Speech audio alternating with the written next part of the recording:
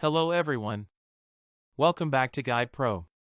In this video, I will show you how to check which apps are accessing your location on your computer and how you can control it for better privacy. If you feel like apps are tracking your location without your knowledge, this method will help you check and manage it easily. So let's get started. First, open Settings on your computer. Now click on Privacy and Security from the left side. Scroll down and click on Location. Here, you will see a list of apps that are allowed to access your location. If you want to stop any app from tracking your location, simply turn off the toggle next to that app. You can also turn off location access completely if you don't want any app to use it. Now scroll down a bit more and you will see an option called Recent Activity. This shows which apps have recently accessed your location. If you see any app you don't recognize, you should remove its access immediately.